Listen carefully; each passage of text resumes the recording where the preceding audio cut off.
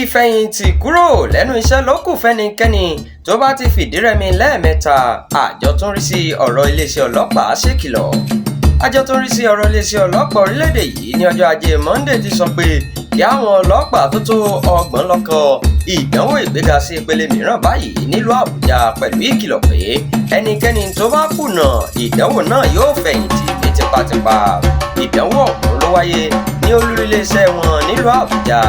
Ọlọ́pàá 30 ló sì kópa nínú rẹ̀.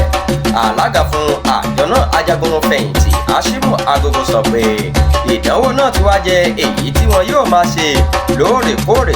Ó ní iṣẹ́ ọlọ́pàá ti di ohun tí ọ̀lẹ kò lè ṣe báyìí o, nítorí pé ọ̀pọ̀ àpàlà ti sún síwájú, ó ti kúrò ní tàtijọ́. Ó tún fi kún ọ̀rọ̀ rẹ̀ pé àwọn ti sa ipá wọn láti rí pé kò sí rúdurùdu nínú ètò ìgbéga wọn. Lára àwọn tó wà níbi ìdánwò náà ni adájọ́ fẹ̀yìntì Adamu Galumje àti DIG Taiwo Lakanu.